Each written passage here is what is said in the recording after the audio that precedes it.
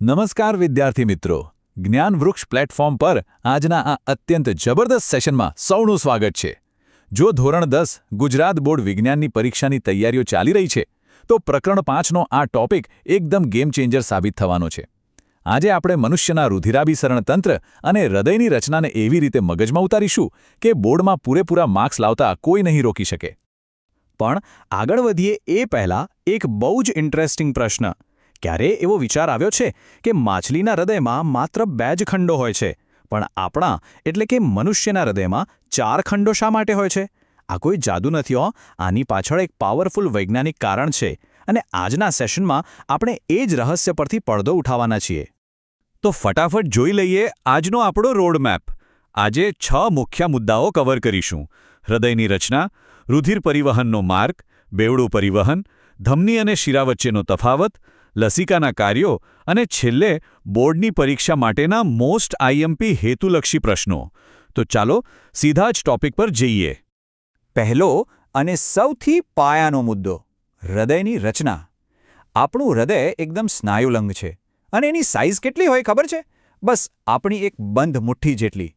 એનું મેઇન કામ છે ઓક્સિજનવાળું શુદ્ધ લોહી અને ઓક્સિજન વગરનું અશુદ્ધ લોહી, એ બંનેને એકબીજામાં ભળતું અટકાવવું. હવે આ શુદ્ધ અને અશુદ્ધ લોહી ભેગું ન થઈ જાય એ માટે હૃદયમાં 4 અલગ અલગ રૂમ એટલે કે ખંડો છે. ઉપરના 2 ખંડોને કર્ણકો કહેવાય છે, જમણું કર્ણક અને ડાબું કર્ણક. આ બંનેની દિવાલ એકદમ પાતળી હોય, જ્યારે નીચેના 2 ખંડોને ક્ષેપકો કહે છે, જમણું અને ડાબું ક્ષેપક. અહીં એક જોરદાર લોજિક છે. ક્ષેપકોની દિવાલ જાડી અને સ્નાયુમય કેમ હોય છે? કારણ કે એમણે લોહીને આખા શરીરમાં ખૂબ જ ઊંચા દબાણે પંપ કરવાનું હોય છે. જેમ નીચેથી ઉપર પાણી ચડાવવા પંપની મોટર મજબૂત જોઈએ ને, બસ એવું જ કામ આ ક્ષેપકોનું છે. અને હા, બોર્ડની પરીક્ષા માટે એક બ્રહ્માસ્ત્ર. જ્યારે 4 માર્ક્સમાં પ્રશ્ન પૂછાય ત્યારે નામ નિર્દેશનવાળી હૃદયની છેદ દર્શાવતી આકૃતિ દોરવી એકદમ ફરજિયાત છે. પૂરા 4 માર્ક્સ ખેંચવા હોય તો આકૃતિની પ્રેક્ટિસ તો અચૂક થવી જ જોઈએ. આગળ વધીએ આપણા બીજા સેક્શન પર: રુધિર પરિવહનનો માર્ગ. આ આખી પ્રોસેસ 2 અલગ અલગ તબક્કામાં થાય છે. આપણું હૃદય છે ને, એક ડબલ પંપ સિસ્ટમ જેવું જ કામ કરે છે. ચાલો સ્ટેપ બાય સ્ટેપ સમજીએ કે શુદ્ધ લોહીની સફર કેવી રીતે આગળ વધે છે. સૌથી પહેલાં ફેફસામાંથી ઓક્સિજનવાળું એકદમ શુદ્ધ લોહી ફુફ્ફુસ શિરાઓ દ્વારા હૃદયના ડાબા કણકમાં આવે. પછી ડાબું કણક સંકોચાય એટલે બધું લોહી નીચે ડાબા ક્ષેપકમાં જાય. અને અંતે જ્યારે ડાબું ક્ષેપક એકદમ મજબૂતાઈથી સંકોચાય ને, ત્યારે આ શુદ્ધ લોહી મહાધમની દ્વારા આપણા આખા શરીરના વિવિધ અંગો સુધી પહોંચી જાય છે. આ તો થઈ શુદ્ધ લોહીની વાત. પણ પેલા અશુદ્ધ લોહીનું શું થાય? તો જુઓ, શરીરના બધા અંગોમાંથી વપરાયેલું ઓક્સિજન વગરનું અશુદ્ધ લોહી મહાશિરાઓ મારફતે હૃદયના જમણા કર્ણકમાં ભેગું થાય. જમણું કર્ણક સંકોચાય એટલે એ જાય જમણા ક્ષેપકમાં. અને પછી જમણું ક્ષેપક તેને જોરથી પંપ કરીને ફુફ્ફુસ ધમની દ્વારા ફરીથી ફેફસામાં મોકલી આપે, જેથી તે ફરીથી શુદ્ધ થઈ શકે. આ સાયકલ તો બસ નોનસ્ટોપ ચાલ્યા જ કરે. અહીં વાલ્વનું કામ ખરેખર જબરદસ્ત છે. કર્ણકો અને ક્ષેપકો વચ્ચે વાલ્વ આવેલા હોય છે, જે એક વન વે ડોર જેવું જ કામ કરે છે. જ્યારે ક્ષેપકો પંપ કરે ત્યારે લોહી પાછું કર્ણકોમાં એટલે કે ઊંધી દિશામાં ન જતું રહે, તેનું પૂરેપૂરું ધ્યાન આ વાલ્વ જ રાખે છે. હવે આવીએ ત્રીજા અને બોર્ડના ફેવરેટ એવા 2 કે 3 માર્ક્સના પ્રશ્ન પર: બેવડું પરિવહન. જો પરીક્ષામાં પૂછાય કે બેવડું પરિવહન એટલે શું, તો બસ આટલું જ લખવાનું છે. મનુષ્યમાં રુધિરના એક સંપૂર્ણ ચક્ર દરમિયાન રુધિર હૃદયમાંથી 2 વખત પસાર થાય છે, એકવાર શુદ્ધ થઈને અને બીજી વાર અશુદ્ધ થઈને. આ પ્રણાલીને બેવડું પરિવહન કહે છે. પેપર ચેક કરનાર બરાબર આ જ શબ્દો શોધશે. હવે સવાલ એ થાય કે આખી આ સિસ્ટમની જરૂર શું છે?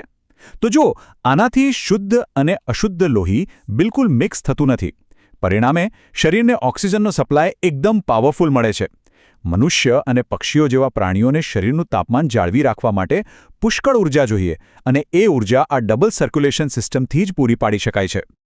ચાલો હવે વાત કરીએ એક એવા પ્રશ્નની જે પરીક્ષામાં અવારનવાર દેખાય જ છે: ધમની અને શિરા વચ્ચેનો તફાવત.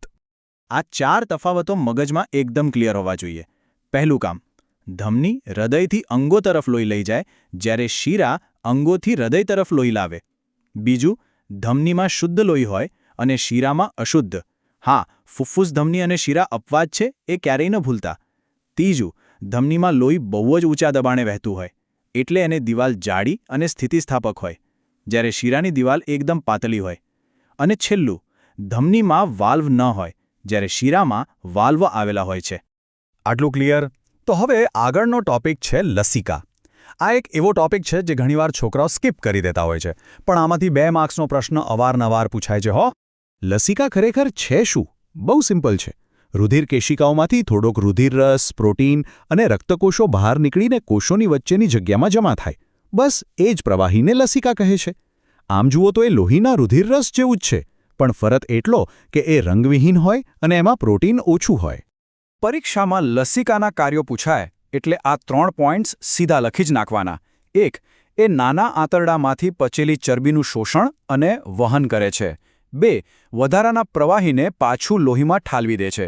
અને 3. જે સૌથી અગત્યનું કામ છે, એમાં રહેલા લસિકા કણો આપણા શરીરને રોગપ્રતિકારક શક્તિ આપે છે. અને હવે સમય છે આપણા સ્પેશિયલ રાઉન્ડનો. બોર્ડ માટે આઈએમપી હેતુલક્ષી પ્રશ્નો. 1 માર્કના પ્રશ્નો અહીંથી જ આવવાના છે, તો ફટાફટ ધ્યાન આપજો. આ આંકડો બરાબર યાદ રાખી લેજો. 120/80. એક સામાન્ય સ્વસ્થ વ્યક્તિનું normal blood pressure 120/80 mm of Hg હોય છે. સિસ્ટોલિક 120 અને ડાયસ્ટોલિક 80. બીજો પ્રશ્ન, આ બ્લડ પ્રેશર માપવાનું મશીન કયું? નામ થોડું હેવી છે. સ્ફિગ્મોમેનોમીટર. અત્યારે જ નોટબુકમાં 2-3 વાર આનો સ્પેલિંગ લખીને પ્રેક્ટિસ કરી લેવાની, જેથી બોર્ડમાં માર્ક ન કપાય. ત્રીજો પ્રશ્ન, જ્યારે વાગે ત્યારે લોહી ગંઠાઈ જવામાં કોણ મદદ કરે? જવાબ છે ત્રાકકણો અથવા પ્લેટલેટ્સ. અને હા, એ કઈ ધમની છે જેમાં અશુદ્ધ લોહી વહે છે? ફુફ્ફુસ ધમની. આ એકમાત્ર અપવાદ છે જે હંમેશા યાદ રાખવાનો છે. ચાલો ફટાફટ એક જ મિનિટમાં આખા સેશનનું સુપરફાસ્ટ રિવિઝન કરી લઈએ. હૃદયના 4 ખંડો શુદ્ધ અને અશુદ્ધ લોહીને મિક્સ થવા દેતા નથી. બેવડું પરિવહન આપણને પૂરતો ઓક્સિજન અને ઊર્જા આપે છે. ધમની હૃદયથી લોહી લઈ જાય, શીરા પાછું લાવે. અને છેલ્લે લસિકા એટલે એ રંગવિહીન પ્રવાહી જે ચરબીનું વહન કરે અને રોગો સામે રક્ષણ આપે છે.